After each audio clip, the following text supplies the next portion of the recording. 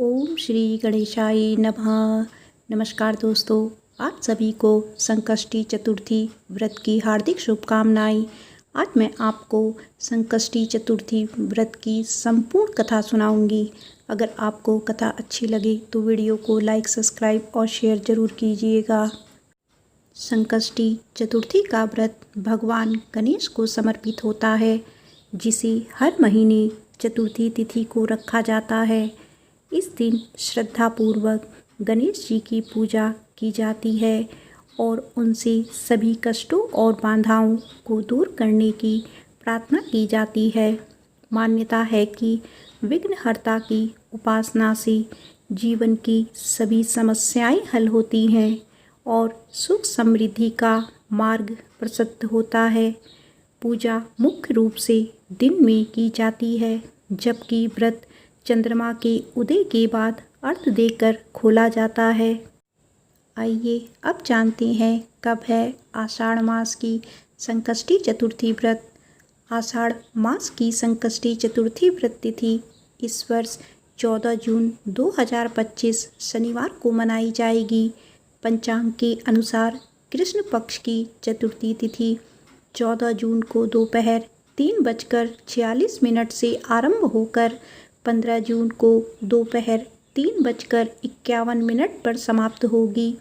क्योंकि चतुर्थी तिथि का उदय 14 जून को हो रहा है, इसीलिए यही दिन व्रत और पूजा के लिए मान्य रहेगा। आइए अब सुनते हैं आषाढ़ गणेश चतुर्थी व्रत की कथा।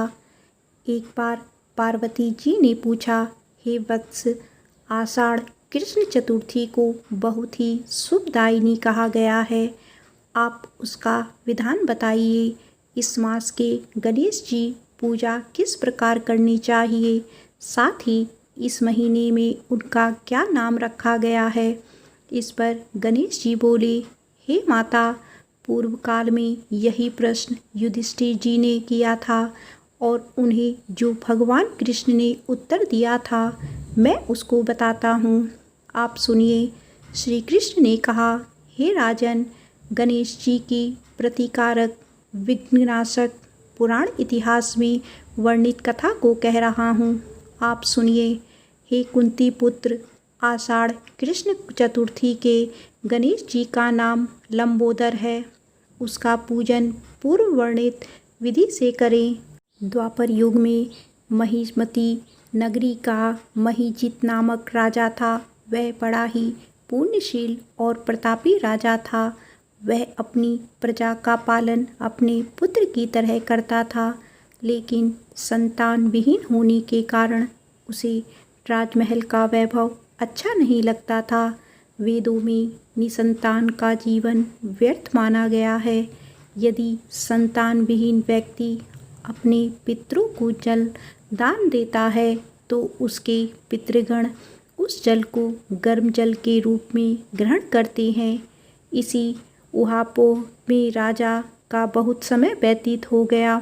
उन्होंने पुत्र प्राप्ति के लिए बहुत से दान यज्ञ आदि कार्य किए, फिर भी राजा को पुत्र की प्राप्ति नहीं हुई। उसकी जवानी बीत गई और बुढ़ापा आ गया, लेकिन वंश की वृद्धि भी नहीं होती है। राजा ने विद्वान ब्राह्मणों और प्रजाजनों संदर्भ से परामर्श किया। राजा ने कहा कि हे ब्राह्मणों तथा प्रजाजनों, हम तो संतानहीन हो गए हैं, अब मेरी क्या गति होगी। मैंने जीवन में तो किंचित भी पाप कर्म नहीं किया है। मैंने कभी अत्याचार द्वारा धन संग्रह नहीं किया। मैंने तो सदैव प्रजा का पुत्रवत पालन किया तथा धर्माचरण द्वारा ही पृथ्वी पर शासन किया। मैंने चोर डाकुओं को सजा दी, गौ ब्राह्मणों का हित चिंतन करते हुए शिष्ट पुरुषों का आदर सत्कार किया। फिर भी मुझे अब तक पुत्र ना होने का क्या कारण है। विद्वान ब्राह्मणों ने कहा कि हे महाराज, हम लोग वैसा ही प्रयत्न करेंगे जिससे आपके वंश की वृद्धि हो।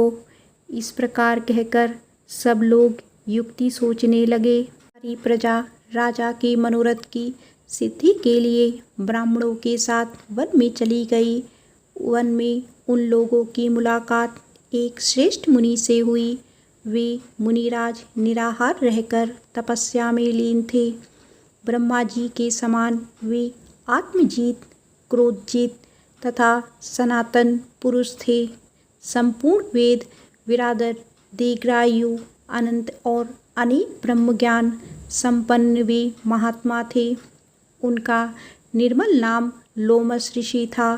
प्रत्येक कल्पांत में उनके एक एक रोम पतित होते थे, इसीलिए उनका नाम लोमस ऋषि पड़ गया। ऐसे त्रिकालदर्शी महर्षि लोमेश के उन लोगों ने दर्शन किए। सब लोग उन तेजस्वी मुनि के पास गए। सभी लोग उनके समक्ष खड़े हो गए।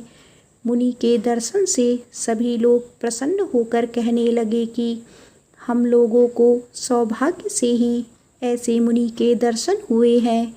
इनके उपदेश से हम सभी का मंगल होगा। ऐसा निश्चय कर उन लोगों ने मुनिराज से कहा, हे ब्रह्म ऋषि, हम लोगों के दुख का कारण सुनिए। अपने संदेह के निवारण के लिए हम लोग आपके पास आए हैं। हे भगवान, आप कोई उपाय बताइए। महर्षि लोमेश ने पूछा, सज्जनों, आप लोग यहाँ किस अभिप्राय से आए हैं? मुझसे आपका क्या प्रयोजन है? पूरी बात स्पष्ट रूप से कहिए। मैं आपके सभी संदेहों का निवारण करूँगा। प्रजाजनों ने उत्तर दिया, हे मुनिवर, हम महिष्मती नगरी के निवासी हैं। हमारे राजा का नाम महिजीत है। वह राजा ब्राह्मणों का रक्षक, धर्मात्मा, दानवीर, शूरवीर एवं मधुरभाषी है। उस राजा ने हम लोगों का पालन पोषण किया है, लेकिन उन्हें आज तक संतान की प्राप्ति नहीं हुई है। उन्होंने कहा, हे भगवान, माता पिता को केवल जन्मदाता ही होते हैं, लेकिन असल में पोषक तो राजा ही होता है। उन्हीं राजा के लिए हम गहन वन में आए हैं। आप कोई ऐसी युक्ति बताइए जिससे राजा को संतान की प्राप्ति हो। ऐसे गुणवान राजा को कोई पुत्र ना हो, यह बड़े दुर्भाग्य की बात है। हे मुनिवर, किस व्रत, दान, पूजन आदि अनुष्ठान कराने से राजा को पुत्र होगा? आप कृपया करके हम सभी को बताएं। प्रजा की बात सुनकर महर्षि लोमेश बोले, हे भक्तजनों, आप लोग ध्यानपूर्वक सुने। मैं संकटनाशक व्रत को बतलाता हूँ। यह व्रत निसंतान को संतान और निर्धनों को धन देता है। आषाढ़ कृष्ण चतुर्थी को एक दंत गजानंद नामक गणेश की पूजा करें। पूरे विधि विधान से व्रत करके राजा ब्राह्मणों को भोजन कराए, साथ ही उन्हें वस्त्र दान करे। गणेश जी की कृपा से उन्हें अवश्य ही पुत्र की प्राप्ति होगी। महर्षि लोमश की यह बात सुनकर सभी लोग गर्भवृत होकर उठ खड़े हुए। सभी ने आकर यह बात राजा से बताई। इसे सुनकर राजा बहुत प्रसन्न हुए और उन्होंने श्रद्धापूर्वक विधिवत गणेश चतुर्थी का व्रत करके ब्राह्मणों को भोजन, वस्त्र आदि का दान दिया। रानी सुदक्षिणा को गणेश जी की कृपा से सुंदर और सुलक्षण पुत्र प्राप्त हुआ। श्री कृष्ण जी कहते हैं कि हे राजन, इस व्रत का ऐसा ही प्रभाव है। जो व्यक्ति इस व्रत को श्रद्धापूर्वक करेंगे, वे समस्त सांसारिक सुख के अधिकारी होंगे। श्री कृष्ण जी ने कहा कि हे महाराज, आप भी इस व्रत को विधिपूर्वक कीजिए। श्री गणेश जी की कृपा से आपकी सभी मनोकामनाएं पूरी होंगी, साथ ही साथ आपके शत्रुओं का भी नाश होगा। एक बार प्रेम से बोलिए, गणपति महाराज की जय।